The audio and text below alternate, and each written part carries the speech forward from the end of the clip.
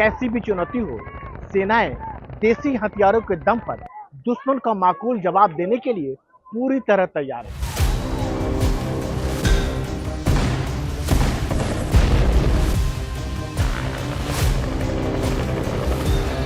60 के दशक में जब इंडियन एयरफोर्स में मिग को शामिल किया गया तो पूरी दुनिया में इसके टक्कर के गिने चुने फाइटर प्लेन थे।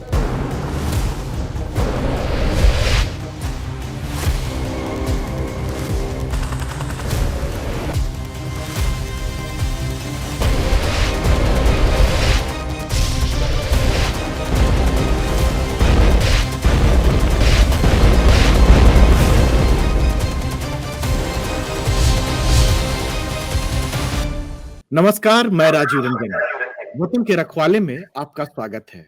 आज बात पश्चिम एशिया के गजा की, वह जगह जहां करीब 18 लाख से ज्यादा फिलिस्तीन लोग रहते हैं। इजराइल के हमले में गजा पूरी तरह तबाह हो चुका है। अब दुनिया का सबसे शक्तिशाली देश अमेरिका गाजा पर कब्जा करना चाहता है। उनके मुताबिक वह इस जगह को फिर से बसाएंगे। वहां के लोगों को जॉर्डन और मिस्र भेजने की योजना है। इन दोनों देशों ने अमेरिकी राष्ट्रपति ट्रंप की इस योजना को पूरी तरह खारिज कर दिया है। गजा के लोग भी जाने को तैयार नहीं हैं। इसके बावजूद अमेरिका और इजराइल अपनी इस योजना पर अड़े हुए हैं। आखिर क्या है अमेरिका की मंशा? क्या यह संभव है? क्या इसका असर इजराइल और हमास के बीच हुए युद्ध विराम पर भी पड़ सकता है? इसको बेहतर तरीके से समझने के लिए हमारे साथ दो खास मेहमान हैं, पूर्व डिप्लोमेट दीपक बोरा और major general Sanjay Meston. Deepak ji, पहला सवाल मेरा आपसे है कि सर, कैसे देखते हैं आप जो ये योजना, जो ट्रंप की जो योजना है, ऐलान जो है गाजा को फिर से कब्जा करने की? आभारी हो सर, बहुत अच्छा लगता है आपके चैनल पर। आपके प्रश्न बहुत गहरे होते हैं, बड़े ध्यान से मुझे जवाब देना पड़ता है। फिर आपने जनरल मेस्टन साहब को बुलाया, इनकी जानकारी मुझसे कहीं ज्यादा है। He is the best here, such a clarity of views हर विषय पर। आपने गाजा की बात की है, मैं वहां गया हुआ हूं सर। अब मैं आपको एक चीज बताता हूँ, करोड़ों लोग आपका प्रोग्राम देख रहे हैं कि जो मेडिटेरेनियन कोस्ट है गाजा का, वो दुनिया का सर्वश्रेष्ठ है। इतना खूबसूरत है कि वो कहीं का भी रिवियरा बन सकता था। मोनाको का बाप है, गोवा का ग्रैंडफादर है, अंडमान निकोबार का ग्रेट ग्रैंडफादर। इतना खूबसूरत है, बड़ा हल्के हल्के पानी वहां थे, लेकिन पैलेस्टीनियंस ने बर्बाद कर दिया है उसको बिल्कुल। अब ट्रंप का पूरा नाम सर, अब ये जानते हैं कि Trump tariff, Donald tariff Trump है उसका नाम। वो टैरिफ हर चीज में लगाता है और वो देख रहा है गाजा को एक रियल एस्टेट के नजरिए से। उसका जो दामाद है वो भी रियल एस्टेट डेवलपर है, ये खुद भी है। अभी उसका स्पेशल एनवॉय के लिए, उसका नाम है स्टीव विटकॉफ, वो गया था गाजा और उसने क्या बोला है, मैं उसी को कोट कर रहा हूं, quote, almost nothing left of Gaza. और उसने बोला है कि 10 से 15 साल लगेंगे इसको वापस बनाने में। पानी नहीं है, बिजली नहीं है, कह रहे मैं हैरान हो गया देखकर वहां पर कितना नुकसान हुआ है। और फिर सर पिछले महीने ये एक संस्था है न्यूयॉर्क में, 80 साल पुरानी बुढ़िया है, उसको आप शायद यूनाइटेड नेशंस कहते हैं, तो उसने कहा है कि 50 मिलियन, 5 करोड़ टन वहां पर रबल, जो जब टूट जाता है, मलबा पड़ा हुआ है, और उसको साफ करने के लिए 21 साल लगेंगे। नफरत करें या उससे दोस्ती करें, उसकी एक चीज है, he thinks out of the box। Sir 80 साल हो गए गाजा की समस्या को, जब से इजराइल की स्थापना हुई थी 1948 में, 80 साल होने वाले हैं। और इसमें एक चीज, अब ये फिगर आप ध्यान से सुनिए, अभी तक पिछले 80 साल में जनरल साहब 500 बिलियन, बिलियन में 9 जीरो होते हैं, यानी आधा ट्रिलियन डॉलर दुनिया खर्च कर चुकी है गाजा पर। कभी ये बनाओ, कभी वो बनाओ, इसको पैसे दो, उसको और वहीं की वहीं समस्या बैठी हुई है। जो पैलेस्टीनियंस हैं कहते हैं ये हमारे बाप की अमानत है और यहूदियों को जीने का हक नहीं है।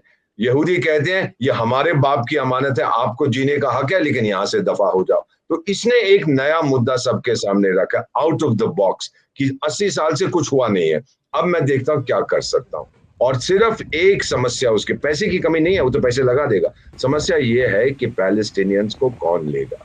सारे देश दुनिया के सर, जो मुस्लिम मेजॉरिटी कंट्रीज है, इस्लामिक नहीं कह रहा हूं, Muslim majority, organisation of Islamic cooperation के सदस्य हैं। Indonesia for example Muslim majority है लेकिन इस्लामिक स्टेट नहीं है। शारिया फारिया में वहां पे कोई विश्वास नहीं करता। तो ये जो है इनमें से एक भी दे, सब पैलेस्टीन जिंदाबाद जिंदाबाद जिंदाबाद करते हैं, एक लेने को तैयार नहीं। इनको मालूम है जब जॉर्डन के पुराने शहंशाह ने पैलेस्टीनियंस को ले लिया था 67 के जंग के बाद, तो आपको पता है ब्लैक सितंबर उनको अल्टीमेटली करना पड़ा था। जब वो ब्रिगेडियर जियाउल हक जनरल साहब, उसका नाम जो बाद में पाकिस्तान के प्रेसिडेंट बने थे, वो उस समय ब्रिगेड कमांड ब्रिगेडियर थे, जॉर्डन में ट्रेनिंग दे रहे थे लीड के आर्मी को। और ये पैलेस्टीनियंस ने क्या बोला, जॉर्डन के शहंशाह के पास गए, बोले टाइगर अब ये देश हमारा है, दफा हो जाए यहाँ से, अब ये पैलेस्टीनियन देश बनेगा। उस एक्सपीरियंस के बाद कोई इनको नहीं चाहता, एक देश ने। सऊदी अरेबिया शोर मचाता था पैलेस्टाइन पर, अरे ले ले भाई, तेरे पास कितनी जमीन है। इजिप्ट के पास तो पूरा साइनाई डेजर्ट पड़ा, वो लेने को तैयार नहीं। यूएई लेने को तैयार, यहाँ तक कि यमन भी लेने को तैयार नहीं है। सर इससे बड़ी चीज क्या हो सकती है। तो ये जो है एक हवा का झोंका आया है, करेगा नहीं करेगा मुझे मालूम नहीं है, लेकिन उसने एक चीज जरूर कही है कि जो मैं कहना चाहता हूँ, करना चाहता हूँ, पैलेस्टीन अभी तक जहन्नम में रहते थे क्योंकि हर जगह बम्बार्डमेंट होती, ये होता वो होता, मैं उनको जन्नत देना चाहता हूँ कहीं बाहर जाके। और गाजा को सर अगर वो बना देगा ना रिवियरा, एक चीज आपको बताऊं, भारत से वेडिंग्स वहां पर हो। अभी तो कोई यहाँ पे शादियां जहाँ होती है लोग बहुत खर्चा करते हैं, वहां चले जाते। मेरी तो उम्र अब 73 साल की है, मैं तो दोबारा शादी नहीं कर सकता, एक ही पत्नी है 48 साल से, लेकिन वो जगह बड़ी खूबसूरत है। सो आई थिंक ये जियोपॉलिटिकल आर्सनिस्ट है, ये वन मैन रेकिंग मशीन है, ये डिसमेंटल करना चाहता है, ये बुलडोजर है। उम्मीद है। लेकिन क्या जनरल मिस्टन, क्या ये जमीन पर संभव है? 20 लाख से अधिक लोग रहते हैं, उन्होंने साफ मना कर दिया कि हम इस जगह को छोड़ के नहीं जाएंगे, भले ही हमारे टूटे फूटे तबाह घर हैं। हमास जो वहां अभी फिलहाल रूल करता है, 2006 के बाद से या 7 के बाद से रूल करता है, उसने साफ कहा कि बेवकूफी भरा फैसला, हम इसको नहीं मानेंगे। क्या ये ग्राउंड पर संभव है? और राजीव देखिए, सब संभव तो सब कुछ है। पहली बात, कैसे संभव है वो हम बात करते हैं, लेकिन सबसे पहले जो एम्बेसडर वोरा ने बोला, मैं बिल्कुल एंडोर्स करता हूं कि देखिए ये गाजा इतनी अच्छी जगह है। मैं भी खुद गाजा की स्ट्रिप पे पूरा फ्लाई किया था जब मैं इजराइल गया था, लेकिन मेरे को इतना पता है कि गाजा को बर्बाद करने की जिम्मेदारी सिर्फ एक संगठन की है, वो है हमास। उसने इसको बर्बाद किया है। इतनी अंडरग्राउंड टनल नेटवर्किंग की है और दुनिया का सारा पैसा उधर आता था, वो पैसा सिर्फ टेररिज्म के लिए इस्तेमाल किया गया है। वहां कोई डेवलपमेंट नहीं किया गया है। डेवलपमेंट करने की जिम्मेदारी हमास की थी, लेकिन हमास का जो स्टेटेड एजेंडा था कि यहूदियों को यहां से निकाल देना और उनसे हम लड़ेंगे। और क्या जब इन्होंने ये 7 अक्टूबर का अटैक किया है, उनको क्या ये पता नहीं था कि इजराइल का बहुत सॉलिड काउंटर अटैक पलटवार होगा, और उसमें कोई डाउट नहीं है, और उन्होंने पूरा किया। अगर यही हमास उस इलाके की डेवलपमेंट करते जो अभी प्रेसिडेंट ट्रंप बोल रहे हैं, तो ये आज ये प्रॉब्लम होती नहीं, क्योंकि वहां पर इकोनॉमी अच्छी हो सकती थी। उनके पास सी पोर्ट्स हैं, एक्सेस है मेडिटेरियन में, और उनका बॉर्डर्स है साउथ में इजिप्ट के साथ है, इधर इजराइल के साथ भी है। इजराइल से भी इनको पासेस मिलते थे इधर वेस्ट बैंक वगैरह और वाइसी वर्सा काम करने के लिए, तो ऐसी बात नहीं है। लेकिन जब उनकी स्टेटेड मंशा ईरान की है कि इसको तो ये इजराइल का नाम दुनिया से के मैप से निकाल दो, तो अगर वो उनकी स्टेटेड ऑब्जेक्टिव थी तो उसको अचीव वो नहीं कर सकता है। अब ये कैसे मुमकिन है? देखिए, प्रेसिडेंट ट्रंप की जो एक स्ट्रेटेजी है, मेरे ख्याल बहुत क्लियर है कि हर तरह के लीडर्स होते हैं। ये वो लीडर है जो शुरू में एक ऐसा जोट देता है, झटका देता है, वोल्ट देता है कि सब पूरी दुनिया अचंभित हो जाती है वो स्टेटमेंट से। ये देखिए, जिस दिन ये स्टेटमेंट दिया, मेरे को लगता है वो प्राइम मिनिस्टर नेतन्याहू भी जो बगल में खड़े थे वो भी थोड़ा हैरान हो गए। तो वो बिल्कुल out of the box thinking करते हैं। क्या ये मुमकिन है? देखिए, एक झटका दे दिया है सबके पास। अभी मेरे ख्याल किंग अब्दुल्ला भी जाने वाले 1-2 दिन में, शायद वहां पर व्हाइट हाउस वो बात कर, तो हो सकता है कि इसको थोड़ा सा प्ले डाउन किया जाएगा। प्ले डाउन मतलब थोड़ा रिवाइज किया जाएगा, लेकिन जो उन्होंने ठान लिया है उसको किया जाएगा। सवाल ये उठता है कि ये पैलेस्टीनियन जाएंगे। देखिए, जाने को तो सब कुछ पॉसिबल है। वो पैलेस्टीनियन आज अगर वहां रहते भी हैं इस दशा में, क्या वो रह सकते हैं? उनकी तो लाइफ खराब हो रही है। उनको चॉइस दिया जाएगा, और मेरे ख्याल इसमें इजरायली सेना का भी बहुत बड़ा योग्य रहेगा, पूरे अरब वर्ल्ड का भी रहेगा कि उनको बोले। और देखिए, जैसे ये एम्बेसडर साहब ने बताया, वहां सिनाई पेनिनसुला वगैरह में जमीन है, वो सब पॉसिबल है। थोड़ा कोऑपरेट तो इन सबको करना पड़ेगा। और ट्रंप बोलता है कि मैं बिल्कुल blessed are the peacemakers, तो वो तो चाहते हैं वहाँ पीस हो। और बाद में ये जब ये बन जाएगा 10 साल या जितने भी साल लगे इसको रिवाइव करने में, अब सवाल होता है जो हमास का क्या होगा। मेरे ख्याल तो बहुत क्लियर है, जब ये सारे पैलेस्टीनियन सिविलियन निकल जाएंगे, मेरे ख्याल फिर तो और ये होस्टेजेस भी वापस हो जाएंगे। मेरे ख्याल इजराइल आर्मी के पास पूरी छूट होगी, वो जो भी वहां करे उनको तो बर्बाद करना है, बिकॉज उनको बर्बाद किए जाए बर्बाद बिना किए ये संभव नहीं है। और आज ही प्रेसिडेंट नेतन्याहू ने बोला जिस प्रकार ये होस्टेजेस को इंसल्ट किया जा रहा है, आपने कल देखा, और वहां की तरफ से भी इतना गति विरोध हो रहा है इसके प्रति। उसने क्या बोला है नेतन्याहू ने कि हम हमास को खत्म करके रहेंगे। तो ये शायद पॉसिबल है, कैसे होगा ये वक्त बताएगा, लेकिन ये एक जो इरादा है वो मैं बोलूंगा as a military man possible है। लेकिन दीपक जी, क्या लगता है कि जो ट्रम्प की जो योजना है केवल अमेरिका और नेतन्याहू यानी अमेरिका और इजराइल को छोड़कर कोई इसके सपोर्ट में नहीं आया है? दो कंट्री को जो बोल रहे हैं कि आप फिलिस्तीन को लीजिए, चाहे जॉर्डन की बात हो चाहे इजिप्ट की बात हो, उन्होंने कहा कि नहीं हम फिलिस्तीन को नहीं रखेंगे। कोई अरब कंट्री सपोर्ट करने को तैयार नहीं है, बस दो ही कंट्री हैं। आप बहुत सही कह रहे हैं सर, पर क्यों नहीं सपोर्ट कर रहे हैं मुझे समझाइएगा आप। ये तो मुसलमान देश है सर, ये तो सब बोलते हैं हमारे भाई हैं पैलेस्टीनियंस। आपको याद नहीं है कि जब तालिबान 2 आया था पाकिस्तान के अंदर, जब उस काबुल में कब्जा किया था पाकिस्तान, तो हो हमारे तालिबान भाई आ गए, हम जान दे देंगे उनके लिए। वो जान ही तो ले रहे हैं, आपकी तो नाराज क्यों हो रहे हो? Basically nobody wants the Palestinians sir, ये एक सीधी सी बात है। अगर पैसा मिलेगा, और इजिप्ट की आर्थिक व्यवस्था बड़ी कमजोर है, सऊदी तो फिर ठीक है तेल के ऊपर, अगर उसको पैसा मिलेगा सर, मेरी बात मान जाइएगा सर। मैं तो 52 इयर्स इन डिप्लोमेसी, मैंने देखा है परमानेंट कोई भी किसी आदमी की वैल्यू नहीं होती। ये Ralph Waldo Emerson American thinker थे, उन्होंने कहा था ए फूलिश कंसिस्टेंसी जो होता है ना, हर मैंने कह दिया तो बस अब वो अटूट लकीर बन गई है, पत्थर में एक लकीर है। वो कहता है बेवकूफ लोग ऐसा कहते हैं, जो बुद्धिमान है वो बदलते रहते हैं अपने इरादे। तो डोनाल्ड ट्रंप ने अगर कहा, ये इजिप्ट कह रहे कि मैं नहीं लूंगा, अरे सर कुछ बिलियन डॉलर उसको मिले, बोलेगा जी मैंने कहा था आज नहीं लूंगा, मैंने ये थोड़ा ना कहा था कि कभी नहीं लूंगा, मैं तो बिल्कुल लेने को तैयार हूं। You watch my words sir, ये जाएंगे, ये सेटल वहां पर होंगे। हाँ, इजिप्ट बैरियर बनाएगा ताकि ये मेन इजिप्ट में ना चले जाएं, वहां पे जाके दंगा ना करने लगे। क्योंकि सर एक चीज जरूर है, और अब मैं आपको बता देता हूँ, I don't this something that happened many years ago. मैं सुन रहा था एक बार, मैं यासिर अराफत को जानता था सर, जो पीएलओ के बड़े मशहूर लीडर थे, और एक बार उन्होंने कहा था कि एक लेक्चर में, क्लोज लेक्चर में जहां मैं अटेंड कर रहा था एज ए जूनियर डिप्लोमेट, उन्होंने कहा था अगर हम इजराइल को मिलिटरीली नहीं हरा सकते, हम इनको डेमोग्राफिकली हरा दें। बच्चे पैदा कर करके इनको हम ओवरवेलम करेंगे। ये उनके विचार थे। अब मैं बात कर रहा हूँ 40 साल पहले की, 35 साल, मेरी मेमोरी बड़ी कमजोर है, मुझे याद नहीं है। तो मेरा ये मानना है ऐसा कि इजिप्शियंस इनको जगह देंगे या सऊदी देगा, क्योंकि आज तक उनको खतरा है सऊदी को ईरान से। भले ही आज ईरान बहुत कमजोर है, लेकिन वो फिर कोशिश तो करेगा पंगा लेने की, और एक ही देश है जो इनकी मदद कर सकता है। सऊदी अरेबिया की प्रोटेक्शन आज पूरी तरह निर्भर है अमेरिका पे। डोनाल्ड ट्रंप अपने पहली विजिट पे कहां जा रहे हैं? रियाद जा रहे हैं। First overseas visit as president in Trump 2.0। MBS Mohammed bin Salman ने कहा है, ट्रंप ने कहा तू $500 बिलियन इन्वेस्ट कर, वो कहता है टाइगर मैं 1 ट्रिलियन इन्वेस्ट करूंगा। ये इन्वेस्ट नहीं कर रहा कि मेरे पास बहुत पैसे हैं, कर रहा है कि अमेरिका उसको छोड़ के चला ना जाए, नहीं तो ईरान तो उसको कच्चा निकल जाएगा सर। सऊदी को लड़ना वड़ना नहीं आता है। Iranians are good fighters. General साहब will back me out on this. उनको कुछ नहीं आता लड़ाई के बारे में। So my own feeling is ये दोनों देश, Saudi in return for American security guarantees और इजिप्ट पैसे की खातिर ये स्वीकार करेंगे, और ये सारी सिचुएशन कुछ दिनों में आप देखेंगे इमर्ज होगी सर।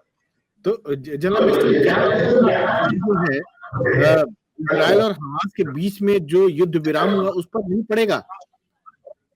सॉरी, कुछ आवाज आई थी बीच में, क्वेश्चन। क्या इसका असर जो है, जो ट्रंप ने जो ऐलान किया है, क्या इसका असर इजराइल और हमास के बीच में जो युद्ध विराम है उस पर नहीं पड़ेगा? नहीं, मेरे को नहीं लगता उस पर पड़ेगा। कारण ये है कि देखिए अभी प्राइम मिनिस्टर नेतन्याहू का एम बहुत क्लियर है, अभी होस्टेजेस वापस लेके आने, क्योंकि उनको अपना देश का इंटरनल प्रेशर भी है। और देखिए ये जो ट्रंप के अनाउंसमेंट्स है, मेरे ख्याल जिस दिन ये सारे होस्टेजेस आ गए, आज सबसे बड़ी लिमिटेशन या हदबंदी ये प्राइम मिनिस्टर नेतन्याहू के लिए और ये इजरायली सेना के लिए क्या है? उनके होस्टेजेस। जिस दिन होस्टेजेस सारे वापस आ गए उसके बाद तो मैं बोलूंगा it is free for all, जो उनकी मर्जी है वो करेंगे। तो मेरे को नहीं लगता है ये फर्क पड़ेगा। और जहां तक लॉन्ग टर्म सीज फायर है वो भी होल्ड कर सकती है। देखिए अभी मेरे ख्याल जो प्लान ये रहेगा कि मैं भी एग्री करता हूं जो एम्बेसडर साहब ने बोला। देखिए आज की तारीख में अमेरिका वो देश है जिसके पास सारे टूल्स हैं प्रेशर के। वर्ल्ड बैंक है, इंटरनेशनल मॉनिटरी फंड है, यूएनएससी में भी जो भी है उसकी सबसे ज्यादा फंडिंग है, हर जगह उसका बहुत बड़ा दबाव है। और देखिए इकोनॉमिक और मिलिट्री माइट यूएस की सबसे बड़ी नंबर 1 पे है। तो जब आपके पास ये सारे पावर हैं, आप सारे वर्ल्ड के टॉप इंस्टीट्यूशंस कंट्रोल कर रहे हो, तो देखिए आज इजिप्ट को पैसा चाहिए, कोई डाउट नहीं है, उसकी इकोनॉमी बहुत बड़ी खराब हो रखी है। सऊदी अरेबिया को सिक्योरिटी गारंटी चाहिए, इसीलिए तो उसने वहां बेसिस वगैरह दे रखे हैं और इतना जॉर्डन दे रखे। तो कहने का मतलब ये पॉसिबल है, ये सीज फायर शायद चलेगी, पॉसिबल है ये चल जाए। लेकिन जिस दिन ये जो पैलेस्टीन सिविलियंस हैं जब इनको रीलोकेट कर दिया जाएगा, कहां पर होंगे पॉसिबल है, ये मेरे को लगता है सऊदी अरेबिया में और इजिप्ट में पॉसिबल है, संभावना काफी दिखती है। जिस दिन वो रीलोकेट हो जाए फिर ये टोटल वॉर होगा, क्योंकि हमास को तो डिस्ट्रॉय करना जरूरी है। हमास को जब तक डिस्ट्रॉय नहीं करेंगे तो ना वहां रीबिल्ड हो सकता है। और ट्रंप ने क्या बोला है, उनका स्टेटमेंट बहुत क्लियर है, इजरायली हमको गाजा खाली करा के देगी, हमारी सेना नहीं आएगी। तो ट्रंप अपनी यूएस फोर्सेस भी नहीं लेना चाहती, लेके आएगी। वो लड़ने का काम और डिस्ट्रक्शन का काम है वो इजरायली सेना करेगी। तो मेरे को लगता है ये सीज फायर चलेगी जब तक ये सारे इजरायली होस्टेजेस वापस ना आ जाएं। और उसके बाद ये रीलोकेशन का बातचीत साथ साथ चलेगी, ये जो अभी विजिट्स भी हो रही हैं दोनों तरफ से। तो मेरे को लगता है कुछ संभावना है और ये पॉसिबल है, इसलिए मेरा स्टार्टिंग स्टेटमेंट था। देखिए जब कोई लीडर डिसाइड कर लेता है एवरीथिंग इज पॉसिबल, कैसे होगा उसको भी सबको देखिए ये कई स्टेक होल्डर्स हैं, इजिप्ट स्टेक होल्डर है, जॉर्डन स्टेक होल्डर है, इजराइल स्टेक होल्डर है, सऊदी अरेबिया स्टेक होल्डर है। आपको इनको इतना प्रेशर देना पड़ेगा और कुछ इन रिटर्न फेवर्स तो देने पड़ेंगे, और जो इकोनॉमिक फेवर्स हैं या सिक्योरिटी गारंटीज हैं तो पॉसिबल है। लेकिन दीपक जी, जो अमेरिका और इजराइल के बीच में जो बैठक होती है उसके बाद ऐलान होता है ट्रंप की इस योजना का कि गाजा पर हम कब्जा करेंगे, पुनर्निर्माण करेंगे। दूसरी तरफ इससे अलग जितने अरब कंट्री हैं जो स्टेक होल्डर जिसको कह सकते हैं फिलिस्तीन में या गाजा में, उनकी एक अलग बैठक होती है। वो लोग तय करते हैं कि हम लोग गाजा का पुनर्निर्माण करेंगे और अमेरिका की जो योजना है, इजराइल की जो योजना है, हम इसके पक्षधर नहीं है, खारिज करता है अमेरिका की योजना। तो ये जो बैठक जनरल साहब ने अभी कितने अच्छी तरह से समझाया है कि वहां पर संभावना किस चीज की है। देखिए सर, युद्ध विराम हो गया है, क्या शांति आ गई है? नहीं। दूसरी चीज, जब आखिरी बंदी हॉस्टेज, लिविंग हॉस्टेज रिलीज हो जाएगा उसके बाद क्या होगा? नेतन्याहू चाहता है कि गाजा फिर से हमास के नीचे आ जाए और वो वहां पर रिग्रुप करें? बिल्कुल नहीं, वो सफर कर चुका है क्या हुआ है। आखिरी हॉस्टेज शायद उनके पास 50 जिंदा बचे हैं या 40 बचे हैं, 30, उसके बाद क्या होगा? क्या बोलेगा हमास? बाकी सब मर गए हैं। झूठ पे झूठ पे झूठ बोलते जा रहे हैं। और ये एक मौका होगा अरब देशों के लिए कि आपने तो कहा था इतने सारे बंदी हैं, कहां गए वो सब, वापस करिए हमको। बोलेंगे अब हम आपसे बात नहीं करेंगे। तो नेतन्याहू नहीं चाहता कि हमास और पैलेस्टीनियंस गाजा पट्टी में रहें, वहां रीग्रुप करें। उनसे कहना एक सोल्यूशन हो सकता है, आप वेस्ट बैंक में चले जाइए, दूसरी तरफ जहां पैलेस्टीनियन अथॉरिटी है। Palestinian authority PLO, Palestine liberation organisation, और पीए, वो कहते हैं टाइगर इनको समुद्र में भेज दो, मेरे पास मत भेजो, पहले इन्होंने आके दंगा बहुत किया था, मेरे साथ जंग किया था। कोई नहीं चाहता इन लोगों को sir, that is the harsh reality. और अब इनको गाजा पट्टी छोड़नी पड़ेगी, no question. What is the solution? Solution वही है, साहब ने भी कहा है, कोई ना कोई स्वीकार करे। लेकिन सर मेरा सवाल ये था दीपक जी कि जो अरब कंट्री ने जो बैठक की है गाजा के पुनर्निर्माण को लेकर, उन्होंने कहा कि हम लोग कराएंगे, हम अमेरिका की और इजराइल की योजना को खारिज करते हैं। इस पर आपका क्या टेक है सर? इनके पास पैसे कहाँ हैं? कौन कराएगा? सऊदी? सवाल नहीं पैदा होता। इजिप्ट के पास वैसे है नहीं, बहरीन के पास पैसे हैं, वो कुछ नहीं। कतर बीच में दंगा उछल रहा था बहुत, मैंने सीज फायर करवा दिया है, उसको भी 2-4 झापड़ पड़ेंगे, वो सीधा हो जाएगा। मेरा मानना है सारे मिडिल ईस्ट में आज एक डोमिनेंट पावर है सर, स्वीकार करें ना स्वीकार करें, नाराज हों, गाली दें, जो मर्जी करें, वो है यूनाइटेड स्टेट्स ऑफ अमेरिका। वो कमजोर जरूर हो रहा है। डोनाल्ड ट्रंप ने कहा है कि मैं अमेरिका की प्री एमिनेंट पोजीशन वापस लाना चाहता हूं। देख लीजिए सर, आपको मालूम है कि जो मार्को रूबियो है उसका विदेश मंत्री, वो G20 की फॉरेन मिनिस्टर्स की मीटिंग हो रही है साउथ अफ्रीका में, वो नहीं जा रहा। और उसने क्या कारण बताया, वो एलोन मस्क जो साउथ अफ्रीकन ओरिजिन का है, डोनाल्ड ट्रंप ने कहा है कि वहां पे उन्होंने कानून बनाया कि जो व्हाइट श्वेत लोग हैं उनकी जमीन छीन लेंगे और कॉम्पेंसेशन नहीं। ये कारण नहीं है सर, ये तो क्या कहते हैं दिखाने के लिए। मेन रीजन बताओ सर आपको, जो मेरा एनालिसिस है, साउथ अफ्रीका ने इंटरनेशनल क्रिमिनल कोर्ट में नेतन्याहू के अगेंस्ट अरेस्ट वारंट जारी करवाया था, और अब ट्रंप कह रहा है मेरे दोस्त को तुमने सताया, अब देखो टाइगर मैं तुम्हारा क्या हाल करता हूं। ये तो G20 को भी बर्बाद करने की क्षमता रखता है। हम लोग क्या करेंगे सर, ये जो अरब लोग कह रहे हैं ना, हमने देखी है अरब लोगों की हकीकत, अरब देशों की हकीकत, लेकिन दिल के खुश रखने को गालिब ये ख्याल अच्छा है, ये कुछ नहीं कर पाएंगे। Take it from me, they are नपुंसक ये लोग सर, बोलेंगे बहुत कुछ, लेकिन जब टाइम आएगा, अगर इजराइल इनको ठोकना शुरू कर दे, क्या करेंगे ये लोग?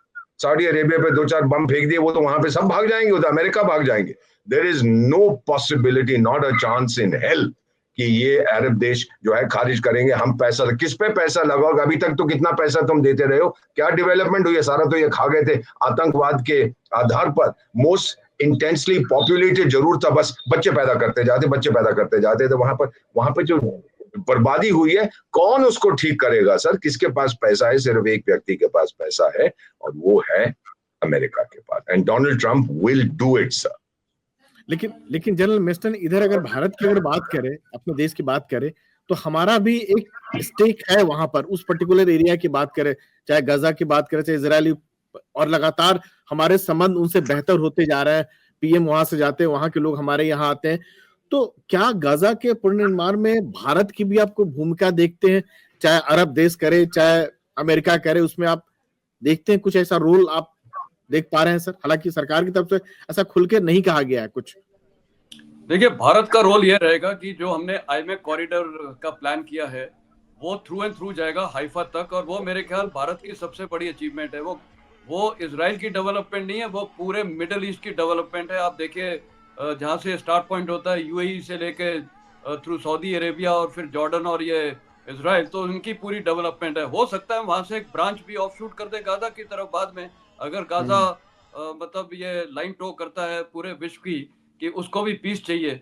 देखिए, इजराइल भी बहुत क्लियर है, वहां एग्जिस्ट वो कर सकते हैं, बाद में हो सकता है। क्या गाजा के पुनर्निर्माण में सर उस भारत की भूमिका को आप देख रहे हैं सर? नहीं, मेरे को प्राइवेट कंपनियां, सॉरी, अमेरिकन पैसे के साथ प्राइवेट कंपनियां प्रोजेक्ट्स कर देंगी, रिकंस्ट्रक्शन कर सकती है। हमारे पास बहुत तजुर्बा है, करेंगे कि नहीं अलग बात है।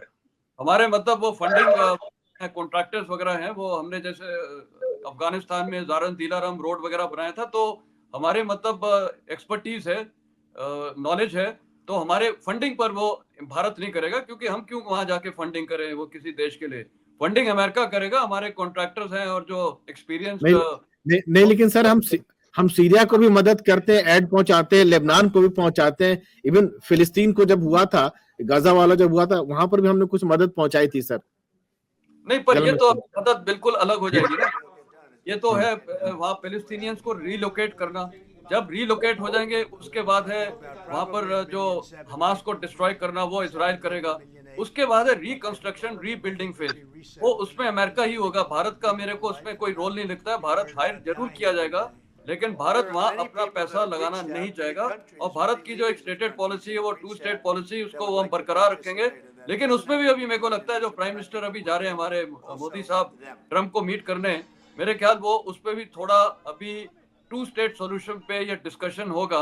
और बाद में मेरे को लगता है भारत इस पे ज्यादा इसके बारे में ग्लोरीफाई नहीं करेगा, ये 2 स्टेट सॉल्यूशन को। ये थोड़ा बैक बर्नर में चली जाएगी जहां तक भारत का ताल्लुकात है, क्योंकि अमेरिका के साथ अभी हमें भी एक अपना एक दिशा, स्ट्रेटेजिक पार्टनरशिप रखने के लिए, देखिए ये गिव एंड टेक होता है इंटरनेशनल रिलेशंस में, और वो मेरे को लगता है कि भारत को इसमें अभी ज्यादा 2 स्टेट वाली बात नहीं करना चाहिए। बल्कि मैं तो अब ये बोलूंगा, भारत के लिए एक सबसे बड़ा लेसन लर्न है मेरे को ये ट्रंप की ये नीति देख के।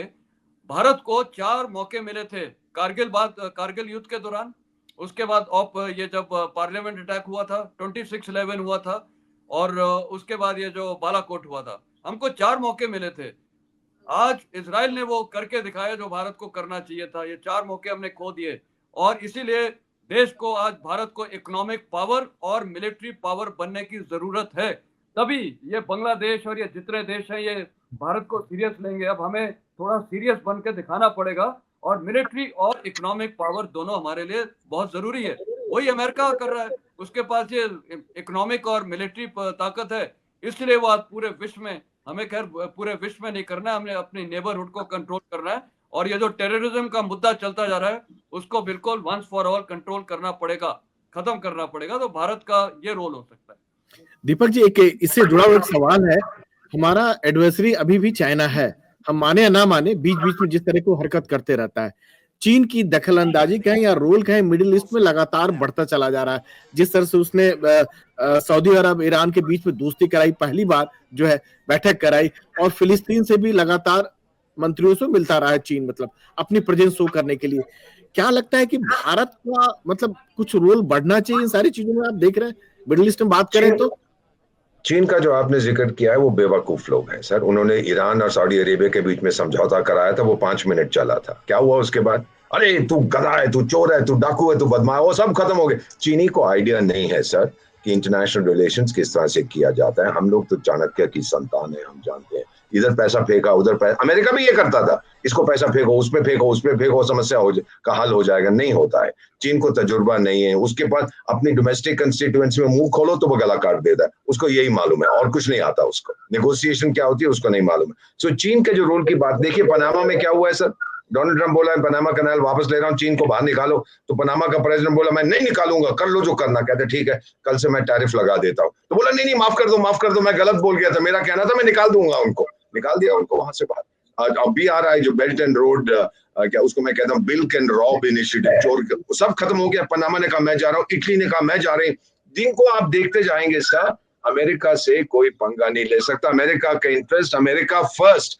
क्यों नहीं हम मानते हैं make America great again. China का कोई रोल नहीं होगा, अमेरिका का चमचा बन के वहां जा सकता है कि भाई एक छोटा सा कॉन्ट्रैक्ट मुझे दे दो। सर भारत का रोल वहां बढ़ना चाहिए। मतलब मेरा सवाल ये था कि चाइना को देखते हुए जिस तरह से अपनी प्रेजेंस शो करने की कोशिश कर रहा है, इतना दूर होने के बावजूद, हमारा तो बहुत करीब है वहां पर सर। ह्यूमैनिटेरियन एड हमने इन सबको भेजी है। कितने सारे अरब स्टूडेंट्स भारत में पढ़ते हैं, चाइना में नहीं पढ़ते। पैलेस्टीनियन जहां पढ़ते हैं, कितने पैलेस्टीनियन जहां रहते हैं, हमने तो बहुत मदद किया, हमेशा हमने पैलेस्टीनियन को सपोर्ट किया एटसेट्रा। अब हम थोड़े शांत हो गए जैसे जनरल साहब कह रहे हैं। और ये 2 स्टेट व्यू स्टेट के भूल जाइए सर, ये नहीं कभी चलेगा। वहां पर आपको तो पता ही है कि हमारा जो पड़ोसी है पाकिस्तान, जिसका जिक्र जनरल साहब ने कितनी अच्छी तरह से किया, वहां पर बलोच लोग भी शोर मचा रहे हैं, पश्तून लोग भी शोर मचा रहे हैं, सिंधी लोग भी शोर मचा रहे हैं। हमें अपना इलाका चाहिए, तो वहां पर भी 2, 3, 4, 5 स्टेट, ये नहीं चलने वाला। There is only one solution जो मैं देख सकता हूँ, 80 साल का जो तजुर्बा है, इन लोगों को वहां से बाहर निकालो और उसको एक इंटरनेशनल टूरिज्म हॉटस्पॉट बनाओ, तब कुछ हो सकेगा। अदरवाइज तो ये लड़ते रहेंगे अगले 3 करोड़ साल तक। कोई इसका समाधान मुझे नजर नहीं आ रहा है सर। और वहां के लोग जो तैयार नहीं है सर, और ये तो आप जबरदस्ती कहीं से भेज नहीं सकते, ये तो नियम का भी उल्लंघन है मेरे ख्याल से, अंतर्राष्ट्रीय जो कानून है सर।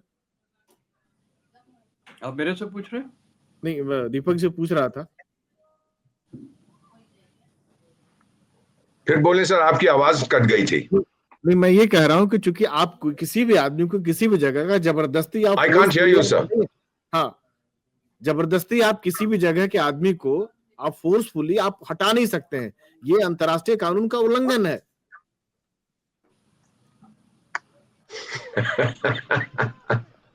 Very good. अंतर्राष्ट्रीय कानून किसने बनाया है और कौन तोड़ता है? अरे भूल जाइए सर, ये सब वही दिल को बहलाने के लिए। कौन परवाह करता है अंतर्राष्ट्रीय कानून की? WHO को उससे बाहर निकल गया है। WTO कहता है मर जाए। ये मल्टीलैटरलिज्म वाला आदमी नहीं, ये बाइलैटरलिज्म वाला आदमी। सीधी मेरे से बात करो, ये G20 को भी ये तोड़ देगा, आप देखिएगा। UN को भी ये बर्बाद कर देगा सर, लाइक इट। तो ये चीजें जो हैं आप इनको देखते जाएंगे, ये डायरेक्ट डीलिंग करना चाहिए, धंधे वाला है sir. He is a transactional fellow. ये 19वीं शताब्दी में था ना वो मर्केंटिलिस्ट। क्यों सर? यूक्रेन के बारे में क्या बोला इसने? कि आपके पास जो रेयर अर्थ्स हैं, मिनरल्स हैं, वो मुझे चाहिए जो पैसा मैंने खर्च किया। ग्रीनलैंड को क्यों हड़प करना चाहता है? आपके पास वो मिनरल्स हैं जो चीन के पास है, मेरे पास नहीं है, और चीन बड़ी बदमाशी कर रहा है, मैं आपको आप पे कब्जा करूंगा, मुझे चाहिए। कनाडा के पास वो है तो कहता है मैं उसको 51st स्टेट बनाऊंगा। ये ऐसी चीजें नहीं कहता सर, ये बड़ा सोच समझ के कहता है कि आपके पास जो नेचुरल रिसोर्सेज हैं वो मुझे चाहिए। गाजा के पास कुछ नहीं है सर वहां पर, बस उसको एक टूरिज्म डेस्टिनेशन बनाएगा। और इसका दामाद जारेड कुशनर, वो तो रियल एस्टेट डेवलपर है। आप जाके देखिएगा कभी न्यूयॉर्क मौका लगे तो वहां पे वाटर उन्होंने डेवलपमेंट किया, सुपर, ये इसी ने किया है, जारेड कुशनर ने। तो आपको बहुत समझ आ जाता है कि इन लोगों की क्या क्षमता है। ये करेंगे सर, ये चुप नहीं रहेंगे। प्लीज जो लोग बहुत गाजा को गाजा पैलेस्टाइन, और भूल जाओ यार, जाके छोले खाओ अमृतसर के, ये अब कहानी खत्म हो रही है। कौन इन लोगों को स्वीकार करेगा ये आप डिसाइड कर दीजिए, हम नहीं लेंगे। चलिए सर, आप दोनों मेहमानों का बहुत बहुत शुक्रिया सर एनडीटीवी से जुड़ने के लिए सर। थैंक यू सर, शुक्रिया सर, थैंक यू साहब, जैन साहब। जय हिंद सर।